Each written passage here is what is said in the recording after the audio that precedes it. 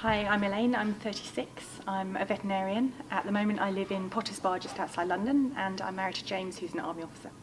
Now you have quite an interesting CV, Elaine.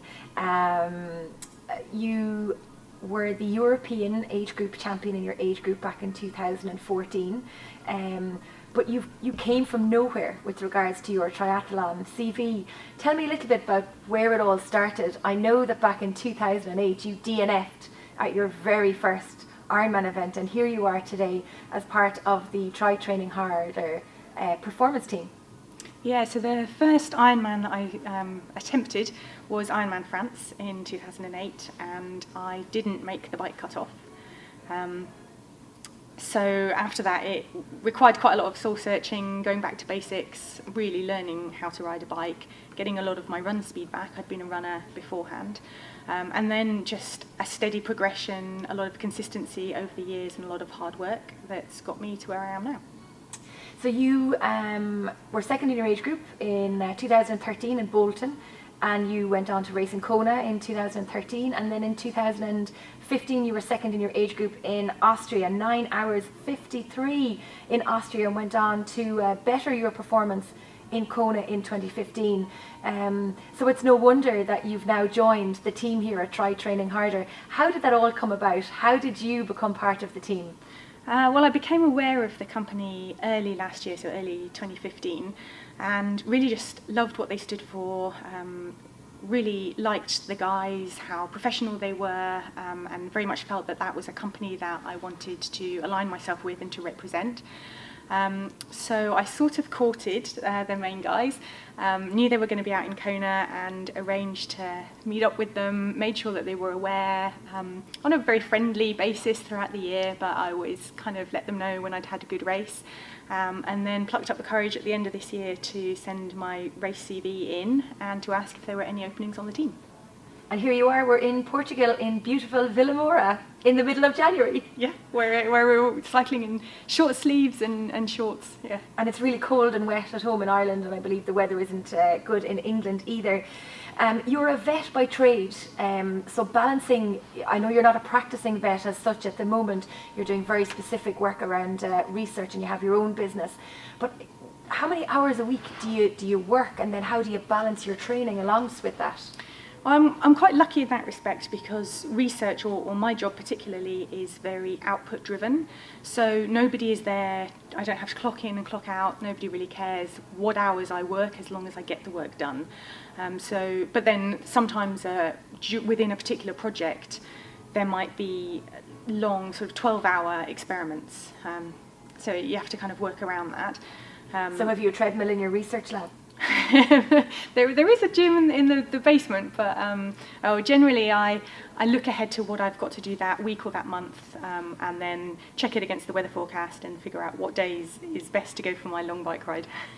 And you say that after 2008 you got your running speed back, so would running have been your preferred discipline of all three before you really took up the sport?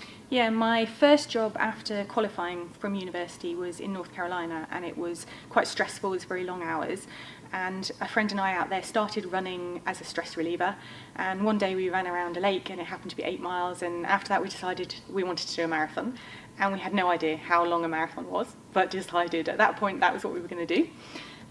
So we worked a lot out there with endurance horses, and we decided that pretty much the same process as training an endurance horse to run 100 miles could be applied to us running 26.2 miles. And some of it translated and some of it didn't. But I can imagine. But we got to the end of the first marathon that we ran up in Virginia, and was pretty much bitten by the running bug, but had in a way made some of those classic mistakes of leaping straight into the long distance. You know, I'd never even raced a 10k before I raced my first marathon, so a lot of it was backtracking a bit and learning more about how to race, learning better processes of training and getting that speed back up again. And in a way the lesson didn't sink in very well, because I then made the same mistake really with triathlon, going straight into the long distance, because that's what inspired me, without having learned really how to race at the shorter distance. So your first triathlon really was a middle distance race. Yeah, and I think there's a little bit more flexibility with a middle distance, but yeah, even so, it's not necessarily the best way to go about. And in terms of your swimming ability, I mean, did you have to learn from scratch? Yeah, in university we used to sail quite a lot. I went to university in Glasgow, and my best friend and I used to sail off the west coast of Scotland, and I was completely under the impression that had we ever capsized I would have been fine.